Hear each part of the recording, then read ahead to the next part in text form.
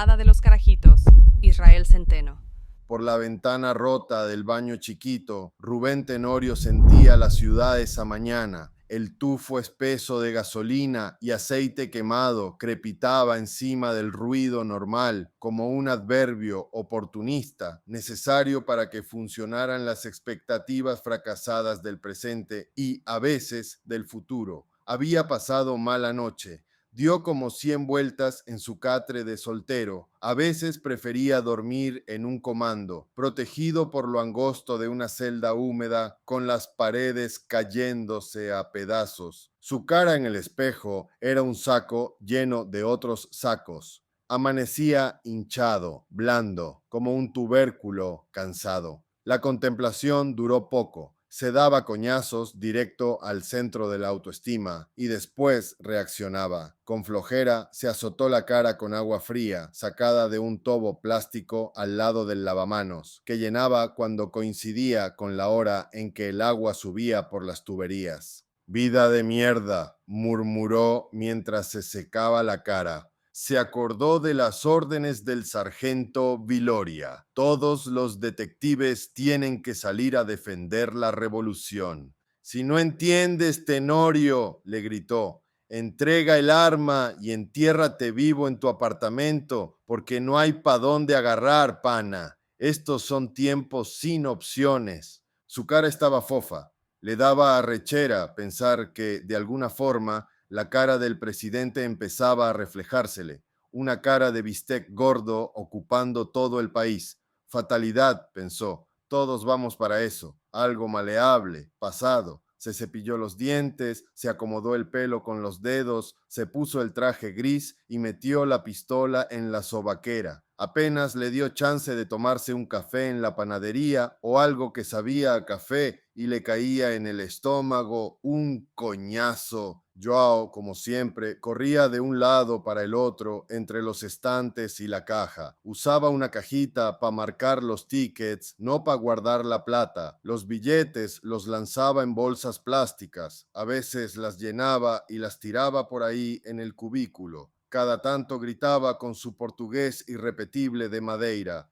"Miladies, ven a buscar esta vaina y llévatela. ¿Para qué carajo seguir trabajando recogiendo papel sucio a cambio de conchas de pan, café y el almuerzo del día? Nunca he entendido esta raza de atlantes anclados en el desastre", pensaba Tenorio. Debe ser algo del espíritu de ese desgraciado Magallanes. Una estupidez. Joao estaba tostado. Había pasado un mes en Madeira, esa piedra barco metida en el Atlántico, resistiendo el agua brava y la espuma blanca.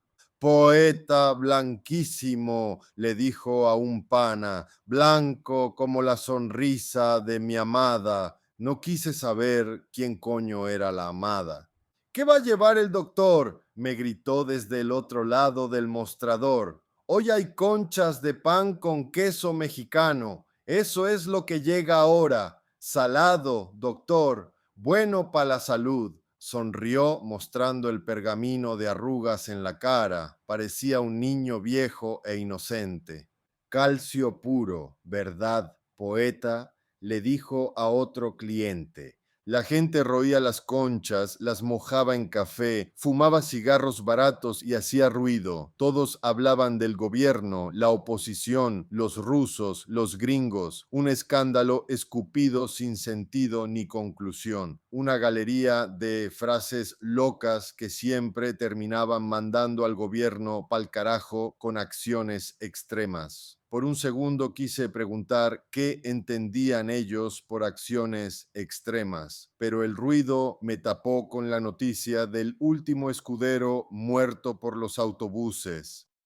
Los están matando como moscas, autobuses, las bolas, sicarios.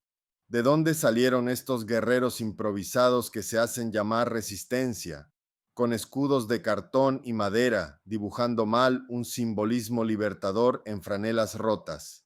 Eso es fascismo, camarada, dijo alguien, y la gente lo arropó. Me quedé con la imagen de un carajito casi desnudo, protegido por un traje chimbo de superhéroe, cartón, madera, guantes disparejos, colores de la bandera y máscaras que los hacían ver como sobrevivientes de un desastre nuclear. Me comí la concha y bebí el café agrio sin apuro. El ruido de la panadería iba lento, como la vida entonces, y mi apuro iba rápido, como ese ruido. Me acordé de Viloria. Quería a la gente en la calle, cazando escuderos. Me volvió un buche amargo por la garganta y lo escupí en una papelera llena de basura. Podía ser una bolsa de billetes de Joao o la Constitución desnudada del país. Crucé la ciudad rumbo al centro en mi Daewoo Cielo Viejo, inmune al aceite, la gasolina quemada y la nube lacrimógena. Pasé varios puntos donde la gente empezaba a trancar calles. No tuve problema, ni yo ni el Daewoo. Yo era parte del humo, de la corriente invisible, del caos que se bifurcaba por toda la ciudad. El Ávila, siempre arrecho, se levantaba como un telón que sube y baja después de cada escena urbana impredecible, extrema y nada alentadora. A veces el telón caía con el aleteo chillón de las guacharacas, pintando de sonido el horror de los excesos y los crímenes impunes. Mejor eso, pensé, que el aleteo oscuro de un vampiro. Y de una me dio lástima todo. Los vampiros, las guacharacas, los escuderos, los policías enviados a defender la revolución a costa de volverse criminales.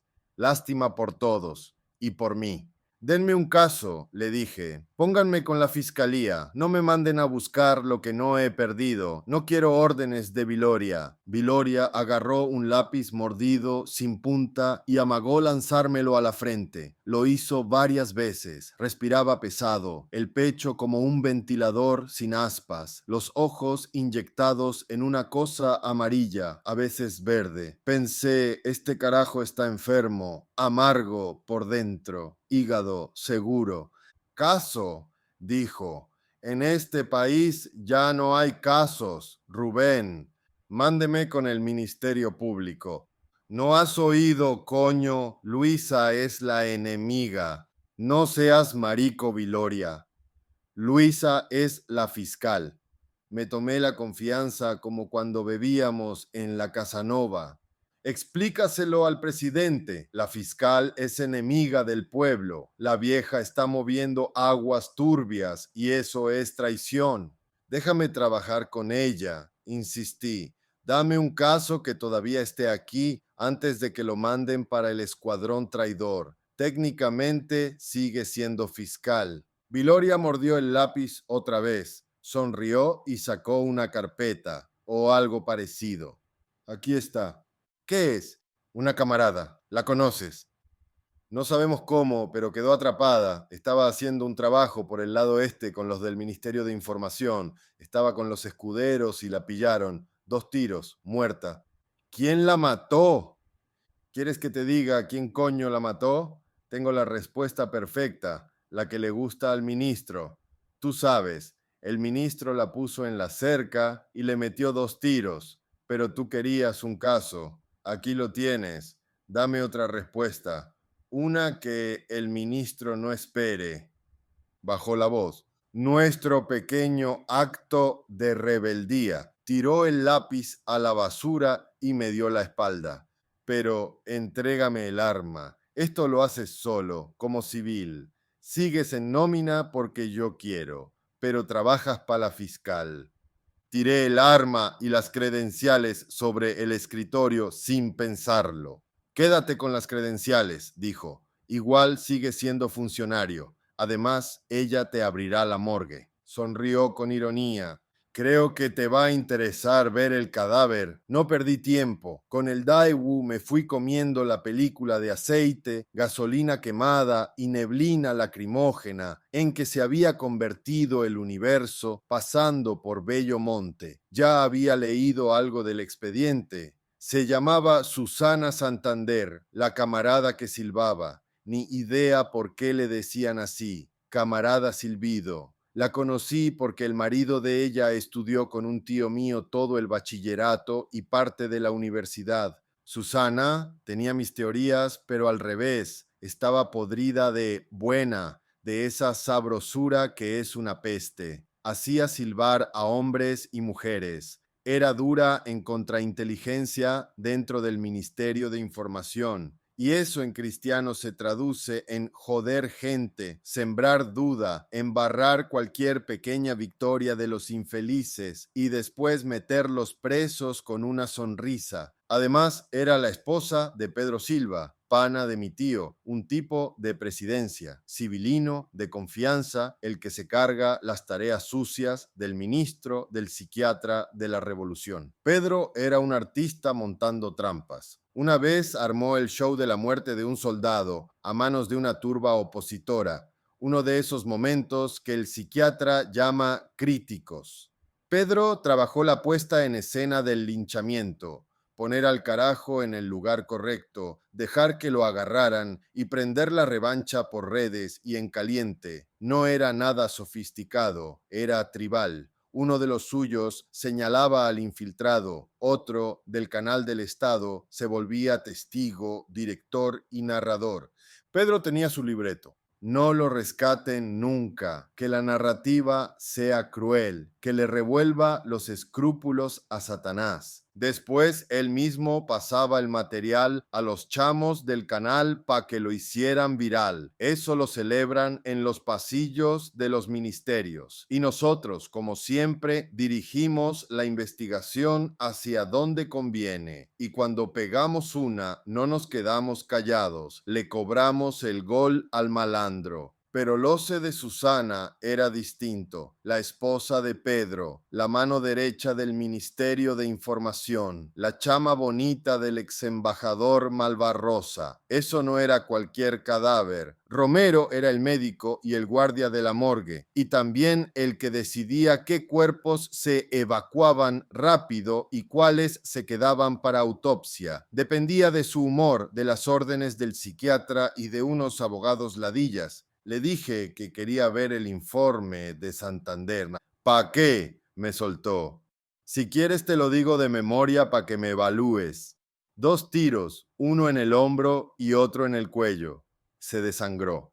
Rapidito. Seguro sintió ese calorcito raro que le da a la gente justo cuando se pone fría antes de morirse, pero fue rápido. Igual quiero verlo. Tenorio, no seas gafo, ni necrofílico. Hay demasiados muertos y no hay espacio para andarles brincando encima, ni por ser ella. ¿Y yo por qué voy a darle privilegios? Es la esposa del camarada, la hija del ex del ex. Ya él la vio, y los otros no la quieren ver. ¿Y? Yo necesito ver esos tiros, Romero. Ya te di el reporte. Hombro y cuello. Uno no tiene salida. Está metido en la tráquea. Ni siquiera me lo diste por escrito. El camarada Silva lo tiene por escrito y el ex del ex también. Una hojita. El Sebin anda buscando a los perros que le quitaron la vida. Les van a cobrar sus tráqueas. Se rió frotándose las manos como si fuera el psiquiatra o el doctor. No. Salía recho de la morgue. Yo quería verla. Quería que el cuerpo me hablara, que me dijera lo que en vida nunca dijo. Pero Romero era un funcionario vago y blindado. Con ese carajo no iba a sacar nada. Y ahí, como quien se tropieza con una verdad incómoda, me cayó una hipótesis encima. Una claridad que daba miedo por lo fácil. No quería llegar tan rápido al final. Algo o alguien me estaba empujando a resolverlo en una sola respiración. Pedro o Malvarrosa, demasiado obvio. En este oficio uno aprende a desconfiar de la verdad, sobre todo cuando está así de servida. Me fui por el camino oscuro, caminar la mentira, buscar el terreno donde la historia no calzaba tan bonito. No podía concluir que Silva mandó a linchar a su propia esposa sin siquiera montar el teatro básico de acusar a los escuderos. Malvarrosa, por su lado, probablemente quería enterrar el asunto para evitarle una vergüenza al ex. Algo salió mal, eso era lo único claro. ¿Y si no hubo operación? ¿Y si esto fue otra cosa? Decidí salir de la pecera. Me fui hacia la costa. Necesitaba respirar otra vaina, reencontrarme con el olor del mar. Pero antes pasé por San Martín a ver a mi tío. Le debía la visita, saber si había recibido la encomienda de las hermanas desde España, si no se estaba metiendo en peos con la gente del bloque. Mi tío es complicado en tiempos turbulentos. Se pelea con los que reparten las bolsas de comida, se mete en situaciones, pero es zorro. Y aunque digan que está loco, a veces termina siendo el único cuerdo de la orquesta familiar cuando todo se vuelve demencia. Antes de entrar al estacionamiento del bloque, vi un grupo de chamos trabajando en sus escudos. Estaban reparando su equipo de guerra, reforzando tablas con palos, echándole pintura, reuniendo atomizadores que servían como lanzallamas, dibujando símbolos y banderas, cambiándose máscaras y guantes, ajustando guayas y miguelitos. Estacioné y en vez de subir directo al apartamento, me les acerqué. A varios los conocía, los vi crecer, jugar básquet o pelotica de goma entre los bloques 2 y 3. Si no fuera por el puto signo de los tiempos, parecían carajitos armando un partido, pero no, estaban armando una épica callejera como videojuego, discurso mínimo, palabras grandes que explican poco, libertad. Libertad, me lo repetían una y otra vez, como rap, como consigna tribal para auparse entre ellos. Pensé en una inteligencia nueva, una narrativa que no era la de mi generación. Venía de los videojuegos, del anime japonés, mezclada a lo loco con realidad política. La sintaxis les sabía a culo. Lo importante era gritar. Les pregunté por sus viejos, mis amigos de infancia, para hacerles olvidar mi oficio y también para saber cuánto estaban metidos en esa candela. Uno me dijo con desprecio: el viejo no suelta el teléfono, está dando todo por la causa. Los otros se rieron. ¿Tú no estás en Twitter?, me preguntaron. No tengo tiempo.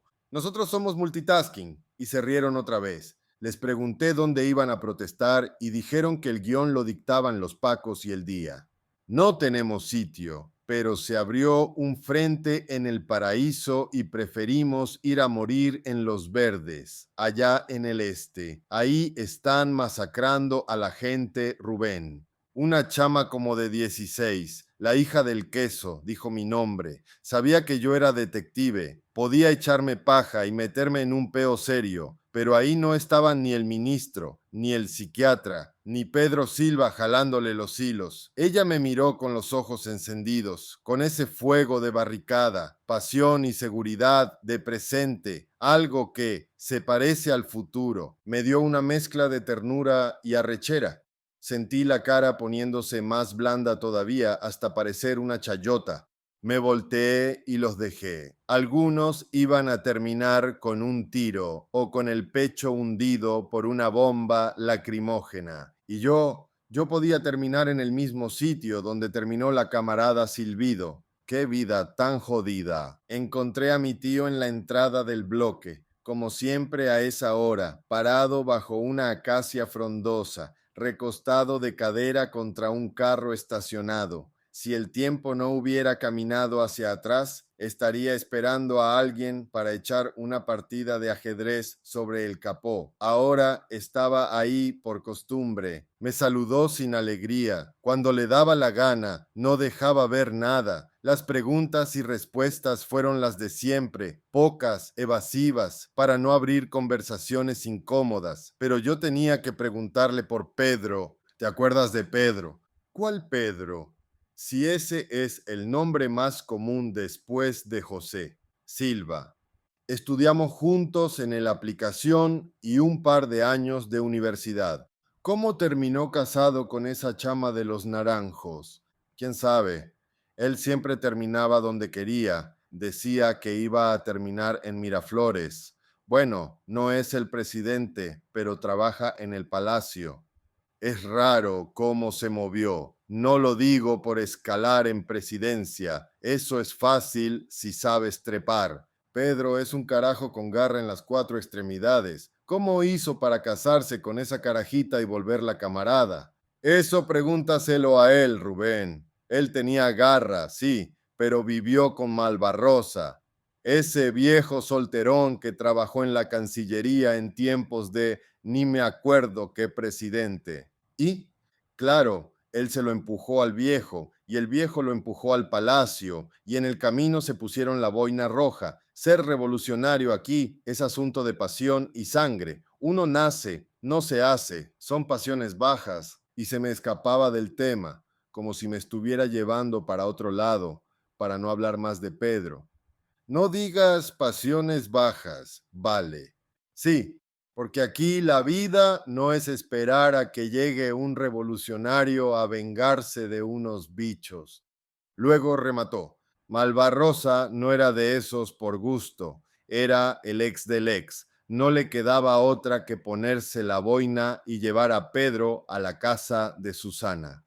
¿Cómo así? Malvarrosa sirvió años en Cancillería y ahí las lealtades son vagas. Él adoraba al canciller. El canciller tuvo una hija y él terminó pudriéndose en estos bloques. Después Pedro y él fueron a la casa del canciller y le presentaron a Susana, que era una carajita y no tenía nada que ver con revoluciones. Y con amargura agregó, administró mal el culo, pero ordenó su venganza con detalle. Llegué a la costa pensando en Malvarrosa y sus conexiones, en esa trama de culebrón que me acababa de soltar mi tío. Tenía razón a medias. El país era una novela, o mejor dicho, un coge culo. Y Malvarrosa, aunque vivía en los bloques, siempre fue tutor de cuadros mediocres de la revolución. Ahí encajaba Silva. Malvarrosa antes armaba historias para páginas sociales. En la Cancillería era el rey cuando le tocaba hablar de príncipes y princesas, de la sociedad mantuana y esa gente que se creía dueña del mundo. Después, con la revolución, cambió el guión, bajó el presupuesto, adaptó las tramas a lo nuevo y se volvió más novelero todavía. Fascinaba a los camaradas contándoles historias de plebeyos y princesas. Cuando vi el mar saliendo del segundo túnel de Boquerón, me entró claridad. Sabía dónde ir para tomarme una cerveza y comer pescado frito.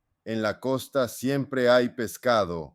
Pepe del Toro vivía por Mamo, un teniente retirado que participó en las intentonas de golpe de Chávez. Decían que Malvarrosa era pana íntimo de él desde los tiempos en que Malvarrosa no era el ex del ex y el canciller todavía era canciller de la nueva república. Conseguí a Pepe meciéndose en su hamaca bajo una uva de playa. ¿Qué hace un teniente retirado en tiempos así? ¿Enfermarse del hígado con estilo o conspirar? Pepe era de los que conspiran con chisme. Tenía el entrenamiento y las pasiones vengativas de Malvarrosa. Me recibió con calor y de una mandó a freír carites rey, como buen teniente borracho. No me sentí especial, me sentí cómodo. El aire del mar me entraba con sal y azul esmeralda en los pulmones. El humo y el peo no llegaban a ese escondite. Las formas de Reverón salían del día blanco, de la espuma y el horizonte abierto. La brisa dura de Mamo nos fue llevando de árbol en árbol y de tema en tema hasta aterrizar en la tragedia de los Santander. Lamentamos cómo a la hija menor la mató una banda de escuderos.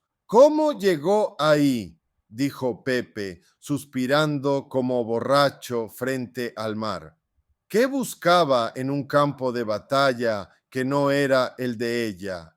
Se le movían los labios como bagre, inflaba las mejillas como si cargara vísceras. Rubén, ella no había perdido nada ahí, a menos que estuviera protestando. Hay gente de los nuestros que no está de acuerdo con esa práctica de quebrarle el culo a carajitos, pero ella no era de acuerdo o no. Lo interrumpí. Ella trabajaba con el ministro de Información Y además, el paraíso no era su hábitat. No pega en la calle con un poco de carajitos que se ponen capas de trapo y se creen chapulines. Esa mujer no estaba hecha para correr entre lacrimógenas, esquivar molotov, ni mucho menos mezclarse con gente que no era su edad. Ella podía disentir de otra manera, si acaso. Hija del ex canciller, llegas a un punto donde ni disentir puedes. Algo no cuadra. ¿Quién la puso ahí? Pepe se quedó filtrando aire con la boca, dio un trago directo de la botella y asintió, tratando de armar el rompecabezas. ¿Tú crees que Pedro la sembró en la escena para montar uno de sus escándalos, para darle tema al ministro y a su programa de TV? Es demasiado obvio y cuando la verdad se pone así de obvia, a mí se me vuelve mentira, Pepe. Entonces, ¿qué? No sé, le dije, y como si el mar me hubiera abierto un hueco por donde respirar, le solté lo que venía a buscar de verdad. ¿Puedes conseguirme una cita con Pedro Silva en el canal, Pepe? La apuesta era alta. Una cita con Pedro Silva, el señor de los asuntos especiales del Ministerio de Información, el viudo, el amante del ex, el brazo derecho del ministro y del psiquiatra. Cuando matan a una mujer, el primer sospechoso es el marido. Pero cuando el marido es un tipo que siembra muertos por encargo del poder, la sospecha mata a la sospecha. Ese era mi axioma. Aquí jugábamos con niveles industriales de impunidad. Otro punto negro más en el mapa, un caso frío o un muerto convenientemente endosado a los escuderos. Todo podía caerle a Pedro, o todo podía limpiarse y devolverse al viejo Malvarrosa. ¿Cómo coño iba a mover él la ficha final? Yo necesitaba el motivo. Pasaron los días y Pedro no llamó. Insistí con Pepe del Toro por teléfono. Está jodido, Rubén, me decía. Darte una cita ahorita es difícil. El tipo anda invisible y tú lo puedes exponer. Después bajó la voz. Además, Malvarrosa está nervioso. Lo pusiste en guardia. Se filtró la versión de que la hija del ex era infiltrada, pero de la oposición. Me dijo que Pedro me iba a contactar, que tuviera paciencia. Yo ya estaba tan desesperado que solté el chantaje. Quiero hablar del viejo canciller, le dije a Pepe, de su ruina, de quién le cobró la factura, porque en un país donde todo el mundo pierde, alguien tuvo que asegurarse de que la pérdida más grande cayera sobre el que terminaron votando a estos bloques como cuidador de cuadros mediocres. Pepe me cortó seco. Ese tipo de presión no sirve, quédate quieto. Y ahí me quedé en blanco, sin trabajo. Viloria no quería recibirme en la oficina. Traté de poner al tanto a la fiscal, que tenía el expediente de la camarada Silvido, pero estaba asediada, acusada de traición, y no quiso verme. Pensó que yo la estaba cuadrando. El dilema me latía como un absceso en una muela, dolor constante. Nada me obligaba a seguir. Me sentía desempleado y el ocio empezaba a comerme dentro del caos de la ciudad. No podía quedarme en el cuarto respirando esa mugre picante, aceite, gasolina, humo. Todo ocupaba el espacio bajo un cerro que se doblaba sobre sí mismo, borracho. ¿Por qué coño estaba obsesionado con Susana y Malvarrosa mientras el número de muertos subía cada hora? Ya, se acabó. El país era el escenario perfecto para cometer crímenes sin consecuencias. En los insomnios donde Rubén Tenorio se jugaba la vida, en el bar donde bebía después del anochecer, en la soledad del cuarto aplastado por el calor y la humedad, frente al espejo, viendo ese tubérculo podrido reflejado en la cara, se repetía: soy investigador, tengo que resolver un crimen. Ya no era justicia, ni ética, ni orgullo profesional. El caso Santander Malvarrosa se había vuelto su piedra de Sísifo, un motivo en sí mismo, el aire que le quitaba el hedor a su existencia. Decidió correr la obra. se fue al frente del canal del Estado. La oposición había convocado una protesta ahí. Vio una rendija, una posibilidad de llegar a alguno de los productores del show de laboratorio para los que Pedro montaba asesinatos. Si tenía suerte, llegaba a Pedro. Antes, las calles alrededor del canal estaban llenas de gente, pero los choques constantes entre manifestantes, policías, Guardia Nacional y colectivos habían dejado eso en ruinas. La multitud desapareció. En su lugar había pequeños escuadrones, jóvenes y viejos, flanqueados por escuderos, una confrontación calculada, comandos de protesta, guerrillas mínimas que atacaban, se replegaban y emboscaban. No eran condiciones ideales para acercarse a una entrada, pero sin chaqueta, Rubén se metió en uno de esos grupos y los imitó. Nadie preguntó nada, nadie lo miró raro, lo asumieron como parte del escuadrón. ¡Muévete al frente! ¡Grita! ¡Lanza lo que tengas! No tenía nada. En ese momento avanzó una unidad motorizada de la guardia. El grupo se abrió para atacar los flancos. Rubén quedó solo en el medio.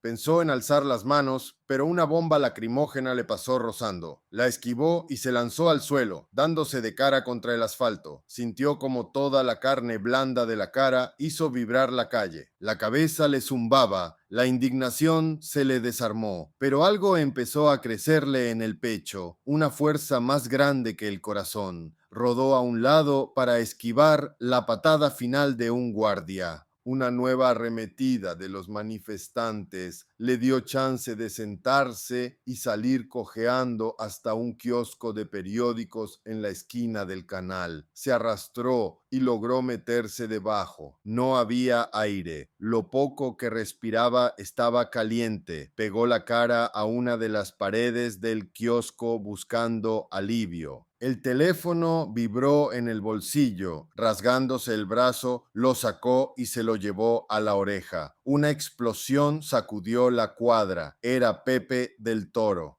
«¡Sal de ahí, coño!», le gritó. «Bríncate y métete en un hueco». Rubén pensó en volver a su cuarto miserable y pensar en retirarse de verdad. Volvió a arrastrarse, la ropa hecha mierda. Decidió enfrentarlos. Metió la mano al bolsillo y sacó las credenciales de investigador de la policía. El teléfono volvió a sonar. Los manifestantes y la policía se replegaron. Rubén quedó en tierra de nadie, frente al canal, sin ningún lado. Era Pepe. «Rubén, la vaina está cuadrada. Entra al canal. Pedro te está esperando». No le dio chance de responder. Del otro lado de una nube de humo negro vio a Pedro Silva. Sonreía mientras hablaba por un radio militar. En ese instante, un guardia le dio un culatazo en la oreja y todo se volvió claro, como la primera línea de una gran historia.